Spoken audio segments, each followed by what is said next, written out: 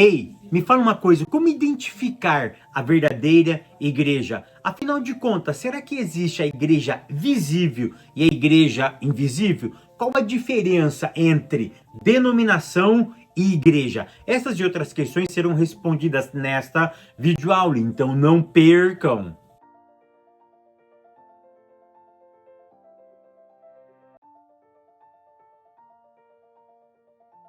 A paz, queridos, que bom estarmos aqui novamente no nosso programa semanal da Escola Bíblica Dominical para darmos sequência na nossa série de estudos bíblicos baseado no tema A Igreja. Afinal de contas, existe duas igrejas? Existe uma visível e outra invisível? Afinal de contas, como eu identifico a verdadeira igreja?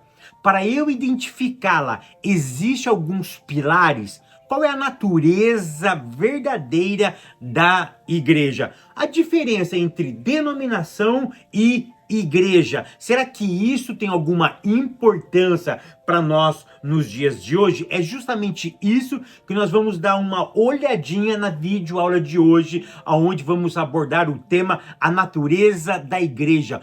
Como identificar a igreja verdadeira? Tópico primeiro, a natureza da igreja na sua dimensão convencional. Ponto 1, fundamentada na palavra. Aqui eu quero te mostrar dois pilares onde a igreja verdadeira está estabelecida. A igreja verdadeira sempre estará estabelecida em alguns pilares. E basicamente ela tem dois pilares que a sustentam. Fábio, qual é o primeiro pilar? É a palavra encarnada. Olha João capítulo 1 e o verso 1. João diz que no princípio era o verbo estava com Deus e o verbo era Deus. O apóstolo João vai dizer ainda, depois no verso 2, 3 e no verso seguinte, que todas as coisas foram feitas por ele, e sem ele, nada do que foi feito se fez. E lá no verso 14, João vai me informar que o verbo se encarnou e ele habitou entre nós. Ou seja,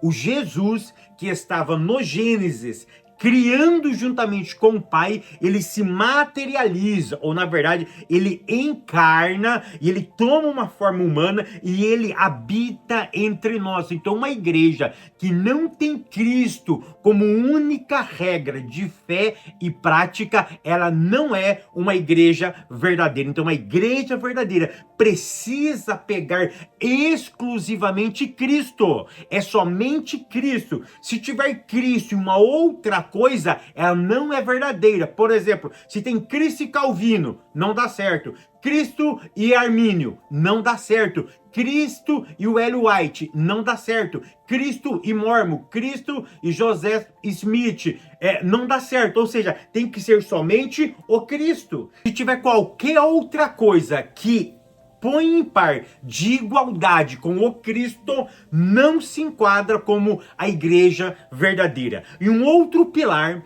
que caracteriza a igreja verdadeira é o pilar da palavra escrita, a Bíblia Sagrada. A Bíblia Sagrada é um pilar para identificar uma igreja verdadeira. E vale salientar que a maneira que se lê as Sagradas Escrituras vai determinar se ela é verdadeira ou se ela era uma igreja herética. Ou seja, isso também a identifica como falsa e como verdadeira. A maneira que se lê a palavra. Porque não basta crer no Cristo. Tem que ver que tipo de Cristo ele é. Ele é um Cristo meramente divino? Ou ele é um Cristo meramente humano e meramente divino? Ou seja, como que eu classifico esse Cristo? Ele foi criado?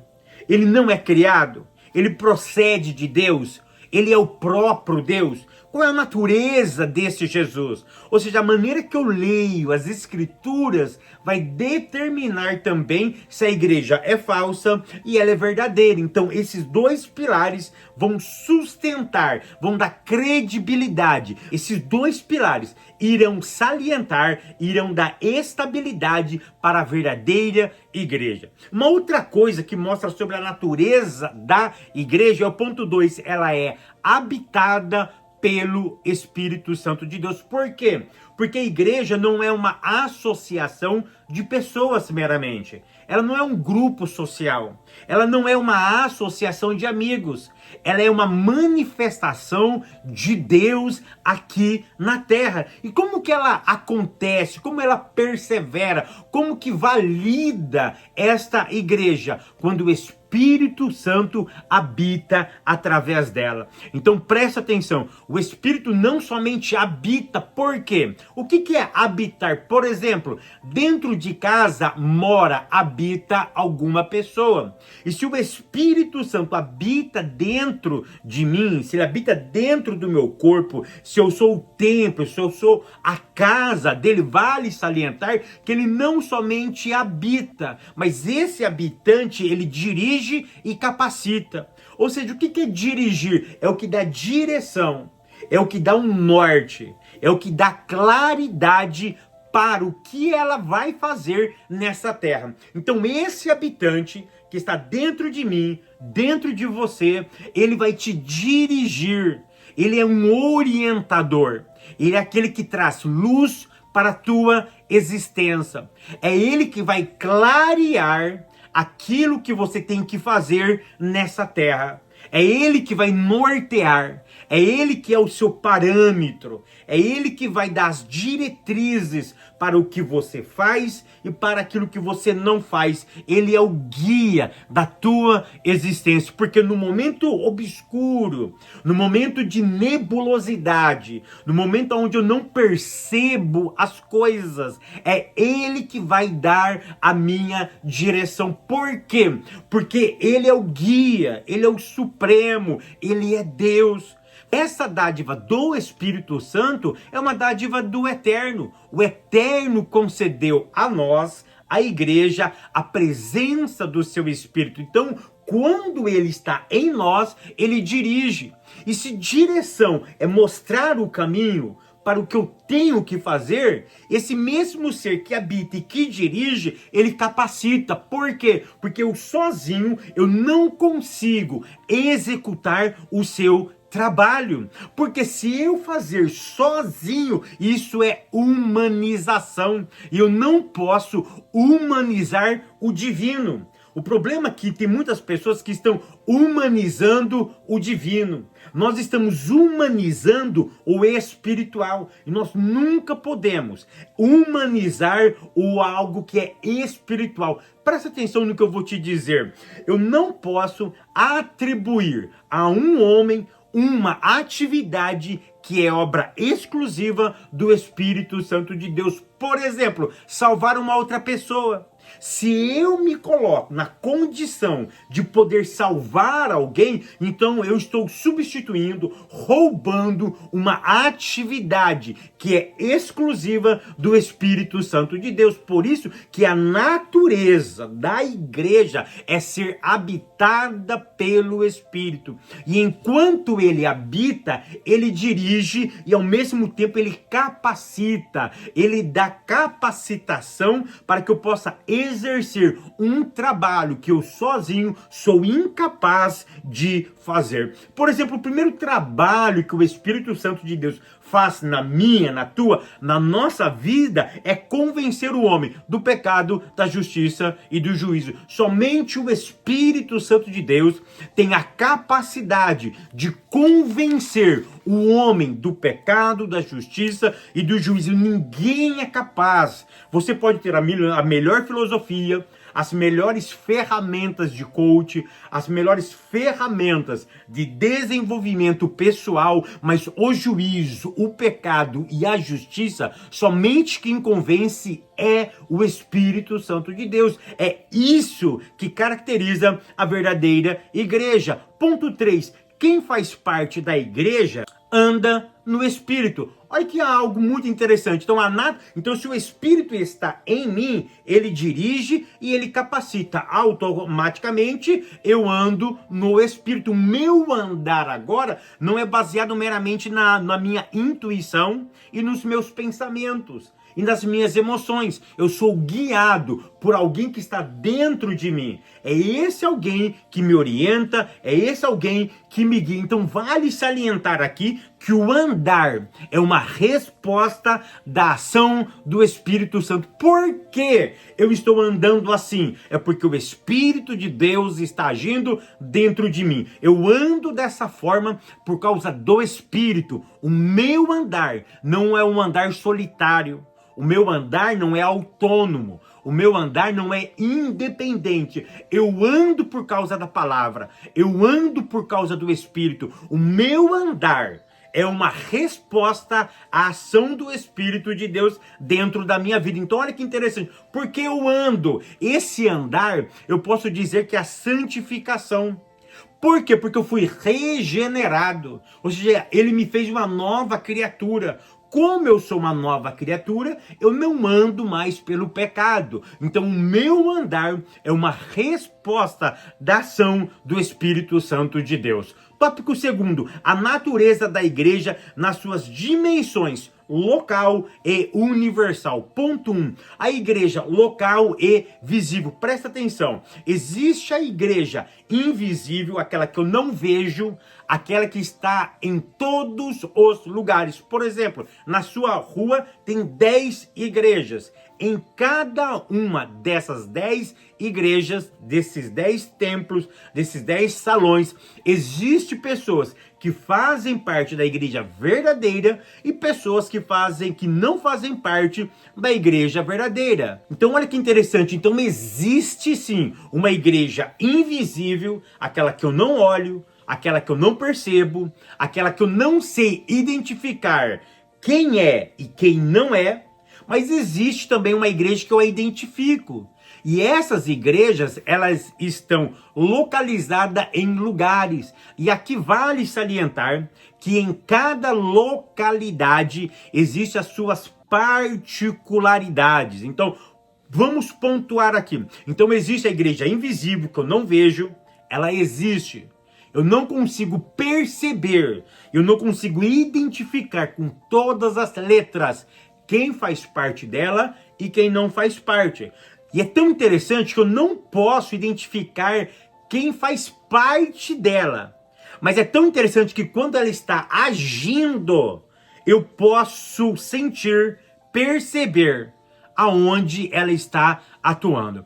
Então, olha que interessante. Quando uma igreja local ela está atuando, eu sei que nem todos ali são parte da igreja invisível ou da igreja verdadeira. Mas eu consigo perceber quando essa igreja está em movimento, eu consigo perceber, eu consigo sentir aonde ela está inserida. Isso parece ser meio antagônico, mas a gente percebe o movimento da igreja. Nós conseguimos perceber que a igreja ainda ela está ativa e operante através do Espírito Santo nos nossos dias. Aí vale salientar também que em cada igreja que está localizada em cada bairro, em cada cidade, em cada estado, em cada país, ela tem as suas particularidades. O que é isso, Fábio? Ponto 2. As particularidades da igreja. Presta atenção no que eu vou te dizer. Toda igreja local, ela tem as suas virtudes e as suas desvirtudes. E vale salientar que a virtude que tem em uma igreja, por exemplo, na cidade de Capivari, não é a mesma virtude que tem na igreja de Montemor. Ou seja, são coisas diferentes. A mesma virtude que tem a igreja brasileira não tem a igreja americana. E uma virtude que tem a igreja americana pode não ter na igreja brasileira. Ou seja, o que eu quero que vocês entendam que as igrejas locais, elas são diferentes. Pega a sua cidade. Por exemplo, a sua própria igreja. Você congrega no bairro X. Mas lá no bairro Y, a sua igreja, ela se porta diferente. Ela é uma comunidade diferente. Por exemplo, na sua igreja, talvez vocês tenham muita comunhão. Acaba o culto, vocês se interajam. Depois do culto, vocês têm uma interação muito forte. Vocês acolhem aqueles que chegam com necessidade física, emocional, financeira, vocês estão sempre ajudando. Talvez uma igreja que é a mesma igreja, mas que está em outro bairro, ela não tem essa característica, ela não tem essa amabilidade, ela não tem essa proximidade, ela tem uma outra virtude. Essa virtude de estar próximo, desse ajudar mútuo, não está com ela. As pessoas chegam naquela igreja e ela não se sente percebida. Elas entram e saem sem ser notada. E isso é uma desvirtude daquela igreja local. Mas ela tem uma outra virtude. Qual, Fábio? Por exemplo, ela é uma igreja que preza pela palavra. Ela é uma igreja hermenêutica. Ela é uma igreja onde a ministração ela é feita com precisão. Ou seja, essa amabilidade não é muito notável. Em cima do púlpito, eles são heróis. Em cima do púlpito, eles são maestro. Mas chegam na vida cotidiana, eles desafiam o violão. Ou seja, ali em cima é afinadinho. Chegou na vida real, é uma vida desafinada. Ou seja, isso fica muito claro, por exemplo, nas 7 igrejas da Ásia. É só você dar uma olhadinha lá no Apocalipse, nas 7 igrejas. Cada igreja tinha uma particularidade. Ou seja, elas ficavam em locais diferentes. Tinha umas que elas tinham uma virtude, mas tinha uma desvirtude. É tão interessante que os problemas delas não se repetiam. Nenhuma tinha a que tolerava Jezabel, na outra não tinha que tolerava Jezabel, era um outro problema. Nenhuma tinha uma virtude, na outra tinha uma outra virtude. O que eu quero que vocês entendam é justamente essa ideia. Cada igreja tem as suas particularidades e são nessas particularidades que nós temos que olhar para a palavra de Deus e transformar a desvirtude em virtude. Eu não posso comparar a minha congregação com uma outra congregação. Eu preciso olhar para a minha realidade, eu preciso olhar para o meu mundo. Por quê? Porque uma igreja que só frequenta ricos, ela vai pensar diferente de uma igreja que só frequenta pobres. Ou seja, as ideias são diferentes, são modos de pensar diferentes. Ambos estão entrelaçados, ambos têm a palavra, mas a vida, o olhar da vida é um olhar diferenciado. E eu preciso perceber isso. É só você olhar para a igreja de Corinto e para a igreja de Filipos. Eram igrejas antagônicas, eram igrejas diferenciadas. Então, esse olhar, nós precisamos ser um olhar mais aguçado. E uma outra coisa que você precisa diferenciar é a palavra igreja e a palavra denominação. Por exemplo, Igreja Assembleia de Deus, Igreja Deus e Amor. Não, na verdade nós somos denominações. Temos as denominações pentecostais, as neopentecostais, as tradicionais e por aí vai. Então, o que é denominação, Fábio? Denominação é uma forma dessa comunidade atuar. Ela foca num ponto específico das escrituras e ela vai desenvolver o seu trabalho aqui nessa terra baseado nesse entendimento que ela teve, por exemplo, as Assembleias de Deus no Brasil. O que ela focou? Ela focou no avivamento. Para ser mais preciso, ela foca na evidência do Espírito, na evidência de falar em línguas estranhas. É nisso que ela foca. Ou seja, o trabalho dela é que as pessoas entram na igreja, sejam batizadas e depois começam a falar em línguas estranhas. Me parece que na Assembleia de Deus, a Assembleia de Deus, que é a minha igreja, como que você é aceito dentro dessa igreja? A partir do momento que você fala em línguas estranhas. Isso daí é plausível para 99,99% dos teólogos. Para ingressar na Assembleia, para você ser aceito, você precisa falar em línguas estranhas. Por exemplo, na Assembleia de Deus, na minha época, não separava obreiros se eles não falassem em línguas estranhas. Ou seja, é uma aceitação. Por exemplo, nas igrejas neopentecostais, qual é o foco dela? Por exemplo, a Igreja Internacional da Graça de Deus, ela foca na cura e ela foca na prosperidade financeira. A Universal do Reino de Deus, ela foca em expulsar demônios e ela foca na prosperidade. Sara Nossa Terra, o foco dela um pouco mais não é tanto cura, já é uma visão mais profética, uma visão mais até voltada para o dinheiro. Ou seja, cada igreja, ela pega uma parte, uma visão, e ela vai aplicar esse entendimento aqui nessa terra. Daí tem a palavra denominação. Ou seja, são as igrejas que trabalham em pontos específicos. Por exemplo, as igrejas tradicionais. Elas são mais voltadas para analisar as Sagradas Escrituras de forma mais fria, de forma mais exegética. Essa palavra fria aqui não é fora da ação do Espírito. É uma coisa mais pensada, calculada. Eles lê e relê o texto. É assim que nós entendemos a diferença entre igreja e denominação, ou seja, a denominação está dentro da palavra igreja. Tópico terceiro, a igreja na sua dimensão comunitária. Ponto 1, a igreja é una. Querido, presta atenção nessa informação. A igreja invisível não separa. A igreja visível, ela pode separar.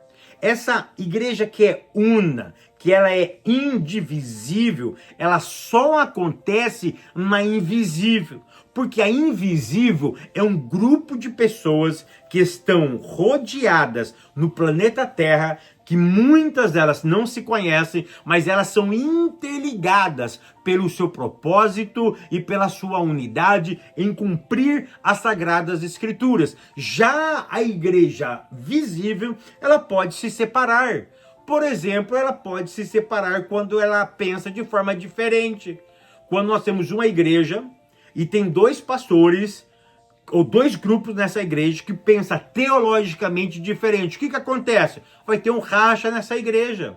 Um vai para uma banda e o outro vai para outra. O que aconteceu? A igreja acabou de separar.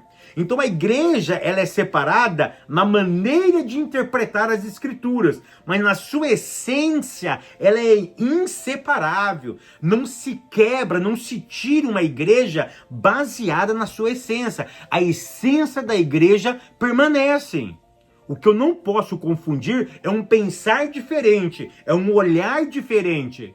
Eu tenho que respeitar o olhar diferente, a menos que esse olhar seja um olhar herético, um olhar que não seja bíblico, contrário às Sagradas Escrituras. Mas um olhar diferenciado, uma maneira de ver o texto diferente, isso daí não pode ser causa de dividir a igreja invisível, porque ela é indivisível. O que separamos são a igreja visível. Ela sim pode ter racha, pode ter divisão justamente por causa desse olhar diferenciado da palavra de Deus. Ponto 2, a unidade da igreja. Olha o que Paulo diz: completai o meu gozo. Olha a expressão de Paulo. Paulo pede para completar o gozo dele. Então quer dizer que Paulo estava incompleto? Completai o meu gozo quando andeis em amor e em caridade. Então espera aí, Paulo era um homem incompleto? Paulo faltava alguma coisa? Isso é muito interessante nós observarmos, porque Paulo está trabalhando justamente a unidade da igreja. Por quê? Porque eu posso sim estar incompleto na pluralidade, mas completo na pessoalidade. Como pessoa, eu estou completo, porque eu amo e eu cumpro as Sagradas Escrituras, mas na pluralidade ou na coletividade, eu estou incompleto. Por quê? Porque tem outros irmãos que não andam em amor, não andam em sinceridade, não andam na verdade. Então Paulo diz: olha, completa o meu gozo. Ou seja, esse completar era um completar na pluralidade e não na pessoalidade. Como pessoa, Paulo estava completo. Como pessoa, Paulo imitava o Cristo. É por isso que ele disse com muita propriedade: sedes meus imitadores. Quando ele disse de meus imitadores, que ele estava falando sobre completude. Ele estava falando que ele era um paradigma. Poderia olhar para ele aqui nessa terra como um modelo de um verdadeiro servo de Deus. Por quê? Porque ele imitava um outro personagem que tinha perambulado naqueles dias, que era Jesus de Nazaré. Ou seja, então essa expressão de Paulo, completar o meu gozo, é porque ele estava incompleto na pluralidade. Porque na pessoalidade, Paulo estava absolutamente completo. Então eu posso sim estar completo como pessoa, mas incompleto dentro da minha pluralidade. Por exemplo, quando você está na sua congregação e a sua congregação está com problemas em várias áreas, isso não te afeta? Isso não te magoa? Isso não deixa você triste? É isso que Paulo estava querendo dizer. Olha, eu estou triste, eu estou sem alegria, então completa a minha alegria, porque na pessoalidade eu estou completo, mas na minha pluralidade, na minha vida com vocês, no coletivo, está faltando alguma coisa. Por quê? Porque algumas pessoas não estão vivendo a verdade, não estão vivendo a palavra. É por isso que eu preciso que vocês me completem dentro de uma pluralidade. Ponto 3, diversidade na unidade, que você precisa entender. Olha que interessante, diversidade, unidade. O que é diversidade? Diferente. E o que é unidade? É o diferente vivendo na essência. Então, o que é o uno? A unidade é o diferente, é a diversidade vivendo na essência. Porque o que eu posso ser diferente de vocês, mas a minha essência deve ser a mesma. Diferente no que, Fábio? Na forma de adorar. Por exemplo, talvez você é de igreja de comunidade. Igreja de comunidade, ele tem um estilo, uma forma, uma liturgia de adorar diferente do assembleiano, diferente da igreja pentecostal, por exemplo, da Deus e Amor, da Assembleia de Deus, da Congregação Cristã do Brasil. São formas diferentes. Comunidade se adora, a forma de adorar, ela é diferenciada. Ou seja, a diferença, ela não pode impedir a nossa unidade. Porque o que é unidade? É o diferente vivendo unido na mesma forma. Já imaginou a Assembleia de Deus no Brasil indo adorar a Deus em uma comunidade? Ou seja, vão chegar lá de formas diferentes. Primeiro, a roupa vai ser diferente. O jeito de se portar no culto é diferente. Homem com homem, mulher com mulher, são formas diferentes da sua liturgia. Mas essa diversidade não atrapalha a nossa unidade. Porque o que faz nós ser uno, o que faz nós ser unido, o que faz nós sermos do mesmo grupo, não é a diferença, não é a forma, é a essência. A essência não muda. E se eu não mudo a essência, eu posso ter formas diferentes de adorar. Talvez eu oro de pé, talvez eu oro deitado, sentado, no chão. Não importa a forma que eu estou orando. Qual é a essência? Oração. Não importa a forma que eu adoro. Se eu estou adorando, é essência. Então nós somos unidos pela essência, não pela forma. A forma, ela é indiferente. A forma é o que menos importa nesse momento. É por isso que Paulo vai dizer que o Espírito de Deus, ele vai trabalhar e a igreja é a multiforme sabedoria de Deus. Porque o que me difere de mim e de você não pode ser a forma, mas é a essência. Se nós temos a mesma essência, então nós fazemos parte da mesma igreja e é para lá que nós vamos morar. Que o Eterno continue te abençoando, te prosperando. Eu te espero no próximo vídeo, querendo Deus.